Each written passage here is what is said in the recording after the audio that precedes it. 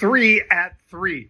All right, guys. So you know what's happened. Unless you've been in surgery, hopefully not being done on you. Hopefully you're a doctor and you're doing it on somebody else. But if you've been in a dentist chair, in surgery, on a flight, maybe you don't know that we gave up the whole morning's gains and flipped all the way around. I wonder why. The events in the Middle East are certainly not catalysts for positive, nor is the strong retail sales, because it's mainly gasoline and food, folks. Those are the things that we always say, oh, we're going to take these out. But guess what? They count in the retail sales, and they want to tout the 0.7%. Oh, man, that's good. No, it's not, because most of us don't feel so great about paying more for gas and paying more for food. Meanwhile, furniture and all the rest of the things that we count in the retail, flat to down. So anyway, that's just the preamble to today's particular 3 at 3. Okay, I'm going to give you the 3 stocks now, but stay tuned at the end because I've got more. So 3 stocks: SPY, SPY, May 482 puts. So think of that as a 48-20, if you will. If we were to take 1/10 of it, think of it as a $48 put. The index right now is trading $50.60 because the SPY is 506.50. So they're buying out of the money puts. They're not that far out of the money. They might seem far because of the big numbers the indexes are at, but they're not that far out of the money. And they bought 43,000 of these puts. So that is the first of today's 3 at 3. And I bet you wish it was better news too. But they're buying big puts in big numbers. Bang.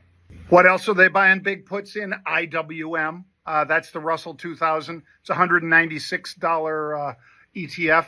They're buying the 186 puts. And you could apply the same methodology if you chose to, folks. $19.60 stock, and they're buying the 1860 puts. Is that far out of the money? Doesn't seem that far. Anyway, those puts were bought for about $2. So 83,000 of them. That's 8.3 million share equivalent. That is a huge trade, folks. Lastly, take a look at what we've got right here in KOS, because it's a $6 stock, much cheaper, and they bought 3,500 April 6 calls. Those calls expire this Friday, so really be aware of that, folks.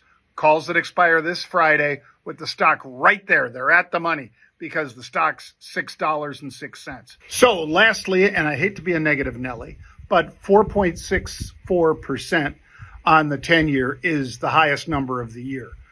We've got there pretty quick, folks. And that's because we've had hot inflationary readings, and we have the possibility of escalation of what's going on in the Middle East. And that doesn't mean that we've forgotten completely about Ukraine. So am I surprised that JP Morgan is kind of cautious on growth at this point? No, I'm not. And the only thing that they can do to try to curb some of the inflation is to release more from the spur, more oil, that is, from the spur. They don't have it to give. We're already 50% or under 50%.